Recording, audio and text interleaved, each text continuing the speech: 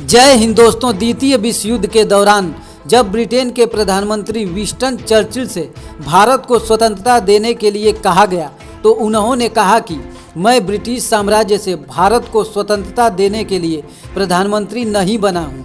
प्रधानमंत्री समेत ब्रिटेन के सभी बड़े नेता भी यही मानते थे कि आने वाले कई दशकों तक भारत को स्वतंत्रता देने का प्रश्न ही उत्पन्न नहीं होता है। परंतु द्वितीय विश्व युद्ध के तुरंत बाद ब्रिटेन की लेबर सरकार को भारतीय स्वतंत्रता संग्राम के सामने घुटने टेकने पड़े। यह एक महान और ऐतिहासिक घटना थी दोस्तों। इसमें संदेह नहीं कि यदि अंग्रेजों का वश चलता तो वे कुछ और वर्षों तक भारत पर शासन कर सकते थे, लेकिन परिस्थितियां कुछ ऐसी बन गई कि उन्होंने भारत को स्वतंत्र करना ही ठीक समझा। दोस्तों, अंग्रेजों के भारत को स्वतंत्र करने के क्या क्या कारण थे, आज हम इस वीडियो में बात करेंगे, इसलिए वीडियो पूरा देखिएगा। और चैनल पर नए हैं तो प्लीज़ चैनल को ज़रूर सब्सक्राइब कर लीजिए। चलिए शुरू करते हैं आज के इस वीडियो को। दोस्तों, अंग्रेजों के भारत को स्वतंत्र करने का पहला कारण था ब्रिटेन की दुर्बल स्थिति।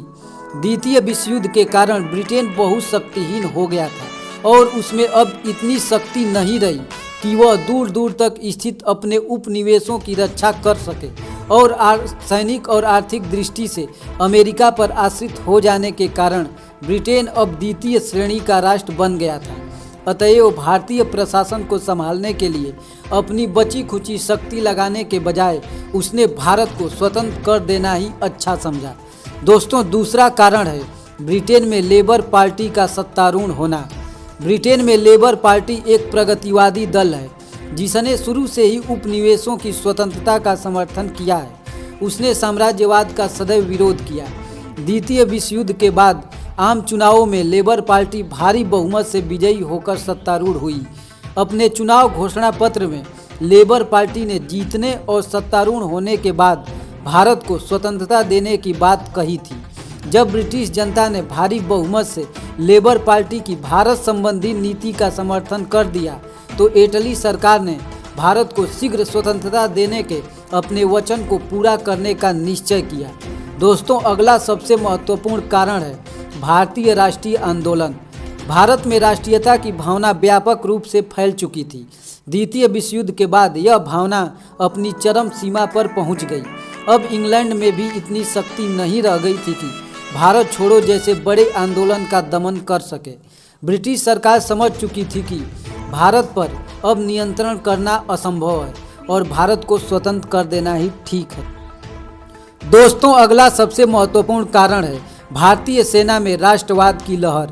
अंग्रेजों को अब यह विश्वास हो गया था कि भारतीय सेना उसके शासन के प्रति पूर्णतः निष्ठावान नहीं रही। ब्रिटिश सरकार का अपनी भारतीय नीति में परिवर्तन करने का यह महत्वपूर्ण कारण था। ब्रिटिश प्रधानमंत्री ने कहा था इंग्लैंड भारतीयों को स्वतंत्रता दे रहा है क्योंकि भारतीय सेना ब्रिटेन के प्रति वफादार नहीं रही और ब्रिटेन भारत को अधीन रखने के लिए बहुत सी सेनाएं भारत में नहीं रख सकता है। दोस्तों, अगला सबसे महत्वपूर्ण कारण है भारत पर लाभहीन शासन। द्वितीय विश्व युद्ध के बाद ब्रिटेन के लिए भारत का शासन सिर का बोझ बन गया। भारत से जितना लाभ नहीं मिलता था उससे ज़्यादा खर्च हो जाता था। ऐसी स्थिति में भारतीय उपनिवेश से ब्रिटेन को विशेष आर्थिक लाभ होने की आशा नहीं थी। अतः ब्रिटिश शासकों ने भारत को स्वतंत्र कर अपना सिर दर्द दूर करने का निश्चय कर लिया। अंग्रेजों ने सोचा कि स्वेच्छा से भारत को स्वतंत्र कर वे भारतीयों और नई सरकार की सहानुभूति और सद्भावना प्राप्त कर सके, इसलिए भारत को स्वतंत्र कर दिया गया। दोस्तों, अगला कारण है अंतर्राष्ट्रीय जनमत का दबाव।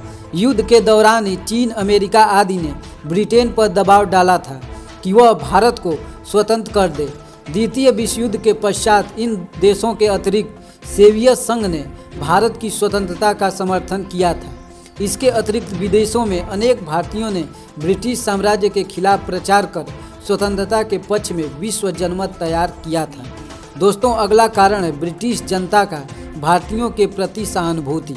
बहुत से अंग्रेजों की भारतीयों के प्रति सहानुभूति थी। ये लोग महसूस करते थे कि प्रथम तथा द्वितीय विश्व युद्ध में भारतीयों ने अंग्रेजों को विजयी बनाने में अपना पूरा सहयोग दिया है। इसके अतिरिक्त 1935 के अधिनियम के अंतर्गत प्रांतीय प्रशासन के संचालन में भी भारतीयों ने अपनी योग्यता का प्रदर्शन किया था। अतः इन लोगों का भी ब्रिटिश सरकार पर दबाव था कि भारत को स्वतंत्रता प्रदान करना ही उचित समझा। दोस्तों, अगला कारण है कांग्रेस द्वारा विभाजन की स्वीकृति। भारतीय स्वतंत्रता की मांग का सबसे प्रबल विरोध मुस्लिम लीग की ओर से हो रहा था। जब तक पाकिस्तान की स्थापना न हो जाए तब तक मुस्लिम लीग किसी प्रस्ताव पर अपनी सहमत देने को तैयार नहीं था। दूसरी ओर कांग्रेस देश का विभाजन स्वीकार करने को तैयार नहीं थी, लेकिन परिस्थितिवश जब कांग्रेस और मुस्लिम लीग दोनों ने माउंटबेटन योजना स्वीकार कर ली तो भारतीय स्वतंत्रता का मार्ग खुल गया। अब अंग्रेजों के लिए यहाँ जमे रहने का कोई बहाना नहीं रह गया था। दोस्तों, भारत को अंततः स्वतंत्र करना ही पड़ा। दोस्तों, ये वीडियो आपको कैसा लगा कमेंट बॉक्स में ज़रूर बताइएगा। जय हिंद।